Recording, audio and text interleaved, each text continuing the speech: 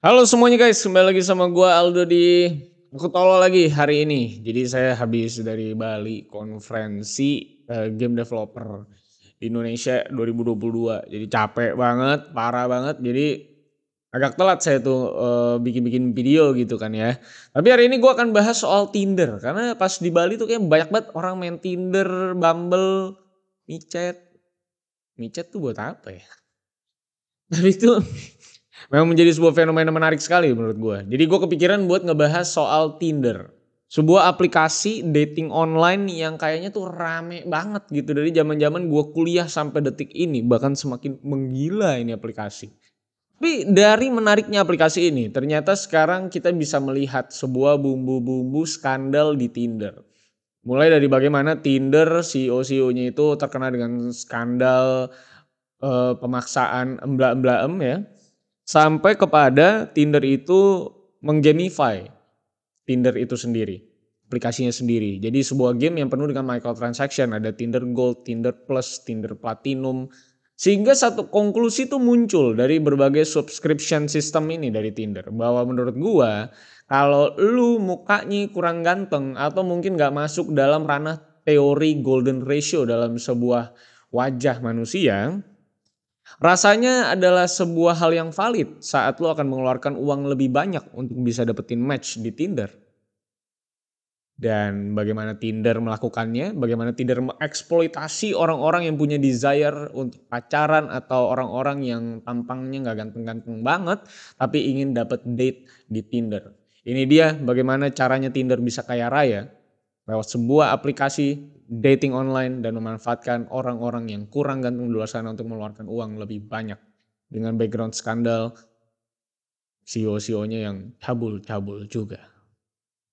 Silahkan like, share, dan subscribe kalau misalkan kalian suka dengan video-video gue dan silahkan follow gue di @rivaldo_santosa and let's begin the video guys.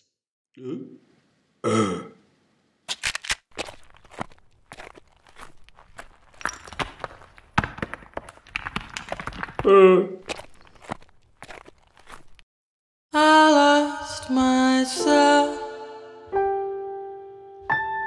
I waited still for a glimmer to arrive. I know it. Oke, Tinder. Jadi gue akan mencoba menceritakan sejarah pendek dari Tinder dulu. Jadi Tinder itu memang adalah sebuah dating app yang harusnya semua dari lulu pada ya, kalau yang udah umur-umuran gue pasti kenal sama aplikasi ini. Sebelum banyaknya dating app yang lain yang memang bertebaran kayak sekarang. Dan ditambah lagi memang ada fenomena Tinder Swindler kemarin ini dan muncul di Netflix dan itu membuat Tinder itu semakin populer di kalangan remaja sampai om-om hidung belang. Nah Tinder ini rilis tuh di sekitar bulan September tahun 2012 dan awalnya aplikasi ini tuh dibangun sama Justin Mateen, Jonathan Bedin, Sean Rad, dan juga Whitney Wolf. Dan aplikasi Tinder sendiri ini berada di bawah Match Group yang memang perjalanan cukup panjang dan akhirnya ada di Match Group bla bla bla bla gitu ya. Dan sebuah perusahaan yang memiliki hampir semua dating app terkenal di dunia. Jadi memang membawahi banyak sekali dating app yang lain. Yang bahkan bisa ngasih revenue sebesar 2,5 miliar US dollar di tahun 2019. Itu banyak banget ya kalau lu beliin baju, gue rasa seumur hidup lu udah gak perlu beli baju lagi. Dan tentunya dengan aplikasi Tinder sebagai salah satu kontributor profit terbesar di perusahaan Match Group tersebut. Jadi emang Tinder tuh segede itu. Di bawah perusahaan yang menaungi banyak Tinder atau dating app lainnya. Nah sebenarnya memang dari zaman dulu banget juga udah ada yang namanya online dating platform kayak Tinder. Tapi memang lebih kompleks dan target marketnya pun orang-orang tua yang emang udah lama jomblo. Atau orang-orang yang sudah mapan lah. Dulu basisnya kayak website gitu. Nah dengan persyaratan yang tentunya lebih ribet dengan ngisi banyak banget data soal diri sendiri. Karena untuk mengutamakan keamanan, kredibilitas, dan supaya tidak ada kriminal-kriminal di sana. Dan dating site kolot kayak gitu akhirnya pun bisa digeser sama kehadiran aplikasi anak muda yang bernama Tinder. Yang melakukan simplifikasi terhadap yang namanya online dating platform. Dari mulai nggak perlu lagi ngelakuin yang namanya ngisi banyak data dan cuman butuh foto dan beberapa hal pribadi tentang si user. Sampai akhirnya menggamify aplikasinya dengan mengimplementasikan gestur slide kiri dan juga kanan buat nge-like atau dislike profil orang yang muncul di layar smartphone para penggunanya. Dan akhirnya memang menjadi sebuah gerakan yang sangat memuaskan bagi banyak orang ya. Kanan, kiri, kanan, kiri. Karena dulu tuh cuma no yes dan akhirnya diganti dengan cara pakai gesture. Dan memang ya tentunya dengan tidak adanya pengisian data dan segala macam akhirnya aplikasi ini kan jadi ramah sekali untuk para predator-predator yang mencari target mereka di aplikasi. Nah, memang akhirnya dengan kehadiran dating app yang canggih dan super praktis kayak gini, akhirnya Tinder berhasil jadi populer banget di Amerika Serikat khususnya. Terutama di kalangan anak-anak muda dan juga mahasiswa dari mulai usia 18 sampai dengan 25 tahun. Karena di Amerika umuran segitu biasanya tuh mereka tuh lagi ingin-ingin sekali melepas kehormatan mereka gitu ya. Mayoritasnya. Jadi memang aplikasi ini sangat-sangat digandrungi sama anak-anak muda khususnya di Amerika Serikat dan sekarang worldwide. Nah, dengan popularitasnya yang akhirnya melejit, pasti penggunanya itu punya ketertarikan tersendiri sama aplikasinya. Dan itu ada di fitur swiping gesture yang memang yang seperti tadi gue bilang. Yang secara teknis itu sama kayak orang yang lagi main mesin slot. Dengan ngelakuin gerakan fisik yang sama dalam beberapa waktu. Sebelum akhirnya mendapatkan reward yang dalam kasus Tinder ini, yang match dengan lawan jenis sesama user dan akhirnya melepaskan endorfin di diri lu. Dan akhirnya lu semakin seneng dan happy banget. Nah, tapi dengan jadi satu aplikasi yang sangat populer bahkan sampai sekarang, perusahaan ini tuh nggak lepas dari yang namanya kasus, skandal, ataupun kontroversi. Karena di bulan September 2014, cuma 2 tahun setelah aplikasi ini tuh dibuat, Whitney Wolf yang adalah salah satu pemilik yang tadi gue sebutin itu nuntut Tinder setelah Justin Martin yang waktu itu masih menjadi pacarnya diduga melakukan pelecehan penjual. Ya, pelecehan gitu-gitu ya. Dan internal perusahaan Tinder sendiri bisa dibilang cukup misogynistic lah. Karena dia dicopot dari statusnya sebagai co-founder cuman karena dia itu cewek. Jadi memang ki banget gitu tipenya. Nah, walaupun pada akhirnya kasus ini selesai dengan denda sebesar 1 juta US dollar yang dibayarkan. Drama ini pun juga akhirnya tetap berlanjut lagi setelah si Whitney tadi itu keluar dari Tinder dan akhirnya bikin dating app lagi yang dia kasih nama Bumble. Yang sekarang lu pasti juga banyak yang pakai. Yang mungkin dari kalian juga kayaknya udah lebih pindah ke Bumble dibanding Tinder yang kayaknya microtransaction banget dan harus ngeluarin duit banget gitu ya. Dan dari situ semakin banyak kontroversi dan skandal yang terjadi, terutama tentunya di ranah hukum. Karena sejak kasus soal pelecehan dan diskriminasi terhadap perempuan yang ada di perusahaan Tinder, yang memang bisa dikatakan sudah beres, nah kali ini Tinder itu yang melaporkan balik Bumble atas penyalahgunaan hak paten sampai mencuri data katanya. Dan datanya bukan data biasa, yaitu adalah data penjualan rahasia dari internal perusahaan Tinder. Jadi Bumble dituntut lagi. Nah, kasus ini juga terus come and go sampai tahun 2016 ketika si Tinder itu terkena masalah soal pelecehan lagi. Waktu itu CEO-nya lagi yang ngelakuin pelecehan yang bernama Greg Blatt yang dituduh melakukan pelecehan terhadap wakil presiden Tinder yang bernama Rosette Tambakian. Sampai saat ini kasusnya itu agak kurang jelas konklusinya, tapi yang jelas nama baik Tinder sebagai perusahaan dating app jelas tidak begitu baik setelah terjadinya skandal tersebut ya. Khususnya dalam ranah bisnis dan para CEO-CEO. Tentunya memang karena impact dari 2 tuduhan pelecehan yang dilakukan sama CEO mereka.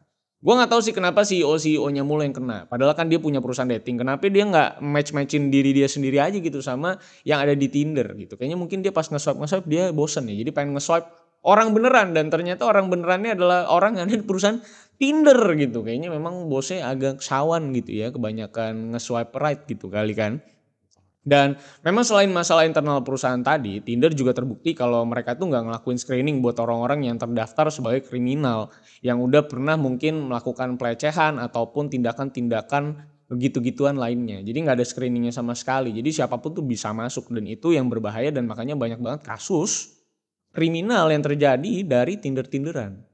Seperti pada satu kasus yang dilakukan oleh seorang kriminal bernama Michael Durgin setelah ngedate sama seorang wanita dari Tinder dan tuh cewek diemblak-emblakem gitu ya. Dan respon dari perusahaan soal ini pun cuma sekedar janji-janji untuk menetapkan standarisasi ke aplikasinya di kemudian hari dari tim komunikasi mereka, tapi juga nggak dilakuin. Dan tidak pernah ada sebenarnya statement resmi langsung dari CEO ataupun petinggi-petinggi perusahaan mereka terkait dengan kasus-kasus yang dilakukan oleh user-user mereka di dunia nyata. Kan ngeri banget ya, ini jadi kayak sarang hewan gitu, bukan orang-orang baik gitu. Ya tapi balik lagi ya, masalah internal perusahaan besar kayak gini tentunya bisa dengan cukup mudah hilang dari mata publik dan sampai sekarang mayoritas user pun kemungkinan besar nggak tahu soal kasus-kasus tadi. Mungkin lu pun yang pakai Tinder sekarang nggak pernah tahu bahwa Tinder itu CEO-nya pernah ngelakuin kasus-kasus kayak gitu dan user-usernya banyak banget yang melakukan hal-hal tidak senonoh di dunia nyata. Ya tentunya balik-balik lagi ke soal popularitas Tinder tadi. Dengan reward berupa match yang didapat dari sekedar swipe-swipe doang, Tinder berhasil tentunya tetap mendapatkan banyak banget user yang memang punya indikasi sangat serius buat ngedapetin jodoh ataupun sekedar ketemu orang baru secara online. Jadi kalaupun ada background di belakangnya skandal-skandal, kayaknya para usernya juga ngelupain lah. Yang penting mereka dapat endorfin dari aplikasi Tinder ini, merasakan kebahagiaan dan mencari ciwi-ciwi cantik ataupun cowok-cowok ganteng gitu. Tapi yang menarik adalah dari mana sebenarnya indikator buat user buat tahu kalau mereka itu sebenarnya dinilai dari aspek apa. Karena ini kan aplikasi ya, jadi sebenarnya tuh harusnya kita tuh tahu gitu analisa orang lain terhadap kita tuh kayak gimana analyticsnya. Berapa banyak orang yang nge-likes atau berapa banyak orang yang melihat foto-foto kita. Harusnya itu benar-benar bisa kelihatan secara statistik. Tapi ini kan semua diumpetin sama Tinder. Dan ada beberapa analyze yang mungkin bisa lo buka kalau lo ada subscription. Tapi intinya lu pasti penasaran bagaimana Tinder menuai algoritmanya gitu. Dan memang Tinder ternyata tuh punya rating tersendiri buat ngenilai user mereka yang sempat mereka namai desirability score. Sebelum akhirnya digantikan dengan kebijakan lain yang sebenarnya kurang lebih sama juga isinya. Intinya ini adalah bagaimana lu sebagai manusia itu diingini sekali sama manusia-manusia lain. Jadi sebenarnya ada skornya tuh, cuman nggak pernah dibuka juga. Nah, dengan desirability score ini, Tinder memungkinkan algoritma aplikasi mereka itu buat ngasih rating atau ranking ke semua usernya. Yang dengan kata lain, Tinder sendiri tuh udah jadi kayak game online yang harusin semua usernya itu buat dapetin poin atau ranking setinggi-tingginya. Kalau mau profil mereka ditampilin ke lebih banyak user lain. Dan gimana cara mereka buat dapetin rating tinggi?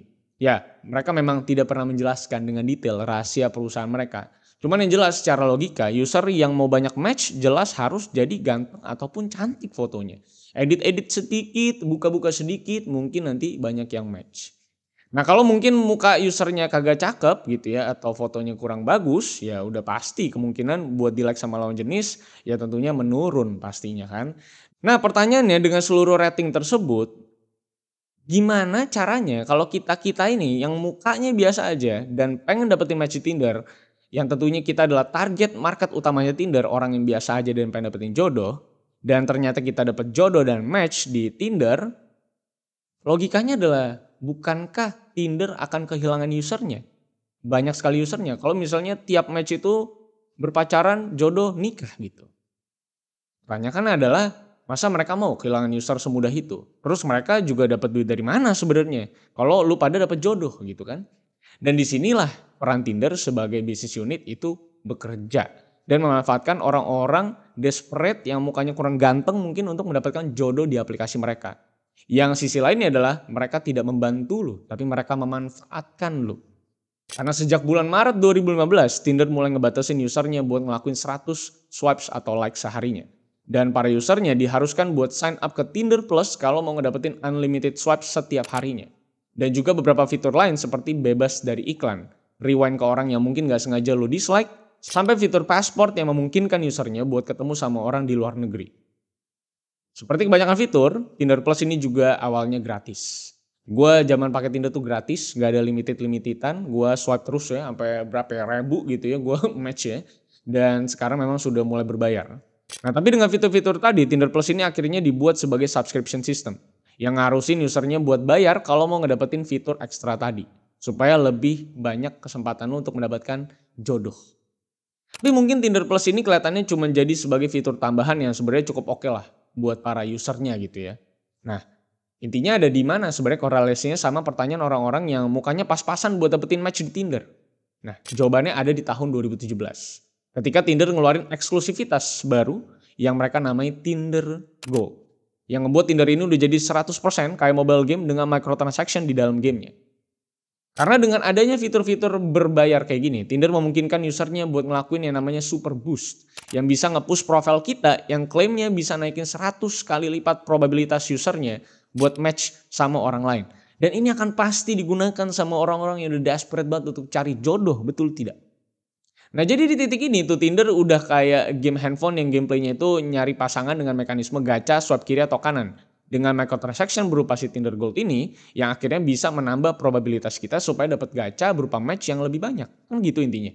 Yang intinya bisa memanipulasi algoritma dari Tinder itu sendiri. Dan user-usernya tuh udah jadi kayak orang yang lagi main slot machine. Terus dikasih fitur berbayar buat dapat kemungkinan menang yang lebih tinggi. Kan kira-kira seperti itu ya, kayak main game gitu. Tapi tentunya setelah lo subscribe Tinder Gold, ya nggak semudah itu juga lo dapet jodoh atau dapet match di Tinder gitu ya. Karena memang selain fitur berbayar yang udah jadi kayak kewajiban, karena kalau nggak bayar lo akan sangat-sangat dibatasi di Tinder, ya Tinder ini juga nggak berisikan orang-orang asli semua juga. Karena ternyata Tinder itu banyak fake account. Jadi udah lo harus bayar buat dapetin banyak match, ternyata orang di sana banyak juga yang fake account. Yang memang bertebaran buat nyari korban-korban untuk ditipu ataupun iseng ataupun untuk digituin loh. Padahal kan intinya kasihan ya orang-orang yang udah bener serius nyari cewek atau cowok di Tinder malah ketemu fake profile yang pakai foto-foto orang cakep dan ternyata lu ditipu di chatnya. Kasihan lah ya. Dan memang nggak sampai situ aja. Dengan statistik yang ada di Amerika Serikat sampai tahun 2021 aja mayoritas pengguna Tinder diisi sama laki-laki. Dan sekitar 25% sisanya itu baru perempuan dan juga fake account tadi yang gue mention. Makanya dengan mayoritas user yang adalah laki-laki yang notabene-nya itu lebih sering buat menginisiasi atau memulai hubungan gitu ya. Tinder akhirnya mengeluarkan lagi yang namanya Tinder Platinum. Yang balik lagi menyuguhkan fitur-fitur overpowered atau OP gitu kan. Kalau kata anak-anak zaman sekarang. Yang memungkinkan subscriber Tinder Platinum ini itu buat ngechat ke orang-orang yang sebenarnya belum match sama kita. Lo bayangin, ini benar-benar pemanfaatan niat desperate seseorang untuk mendapatkan jodoh atau berpacaran. Yang tentunya bisa digunakan juga sama para penipu-penipu di luar sana untuk bisa ngechat-ngechat cewek ataupun cowok-cowok. Kan gitu. Lo bisa bayangin ya, 75%-nya itu adalah laki-laki yang mencari cewek. Jadi seberapa memungkinkan tuh lo dapetin jodoh. Di saat ceweknya aja sedikit banget, cuma 25%. Gitu kan. Jadi lu dimanfaatkan sekali sebagai laki-laki gitu ya. Nah tapi intinya dengan semua fitur berbayar tadi sebenarnya seberapa besar sih kemungkinan kita tuh buat ngedapetin pasangan atau at least ketemulah sama real user yang match sama kita. Lu mungkin bisa ceritain pengalaman lu di bawah. Dan ada sebuah jawaban dari sebuah riset kecil atau observasi singkat lah. Dari Braden Garrett yang nyimpen semua data waktu dia pakai Tinder Gold selama 4 bulan. Dia ini adalah seorang pria orientasinya straight, umurnya 22 tahun yang tinggalnya tuh di Kanada. Fisiknya tuh oke, dari mulai tinggi badan di 190-an cm dan mukanya juga cukup-cukup ganteng lah. Nah selama 4 bulan tersebut dia tuh ngelakuin total 16.000 lebih swipe. Dan dari total swipe-nya dia tuh nge-like sekitar 47% dari keseluruhan swipe.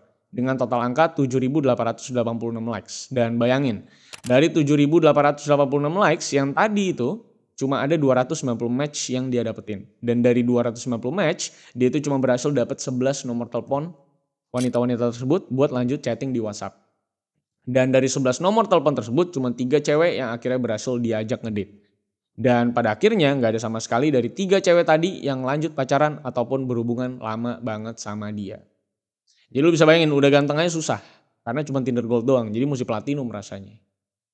Jadi gantengnya susah dapet jodoh gitu. Tapi nggak tahu sih mungkin lu pada dapet jodoh ya. Tapi dari dulu sih gue pakai Tinder tuh cuman ketemu-ketemu doang gitu. Habis itu udah selesai. Nah dari data ini sebenarnya variabelnya banyak banget yang bisa mempengaruhi hasilnya. Dari mulai mungkin cara dia ngechat si ceweknya, sifat dia, lokasi ataupun variabel atau faktor lain yang ada tentunya menjadi salah satu faktor. Selain Tinder itu ya memanfaatkan kita dan punya algoritma yang agak predatory di dalamnya ya. Nah tapi dari riset sedetail ini aja sebenarnya kita bisa tahu seberapa susahnya dapat hubungan yang serius dari Tinder kayaknya. Walaupun udah langganan dan pakai fitur Tinder Gold selama 4 bulan dari total match yang berhasil aja nggak ada sama sekali.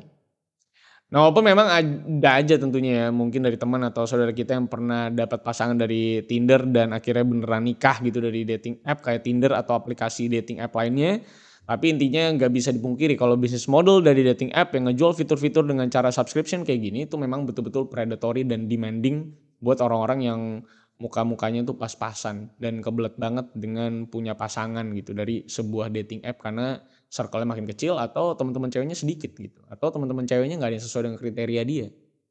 Ya terutama memang Tinder ini akhirnya memanfaatkan para pria jomblo yang memang lagi desperate khususnya mukanya yang mungkin pas-pasan dan dapetin match sedikit banget lah kalau misalnya organik dan gak subscription.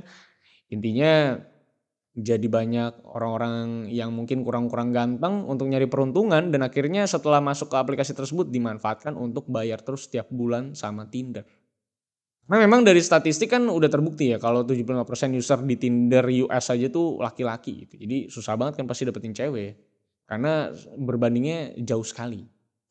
Ya intinya dari video ini gue nggak pernah ngelarang kalian buat pakai dating app macam Tinder ataupun itu ya. Lebih baik lagi buat kalian memang memperbaiki diri buat jadi seorang yang lebih berkualitas lagi di real life kalian. Kali aja nanti kalian dapat jodoh di karir kalian atau di mana gitu yang sepadan, mapan dan setara gitu.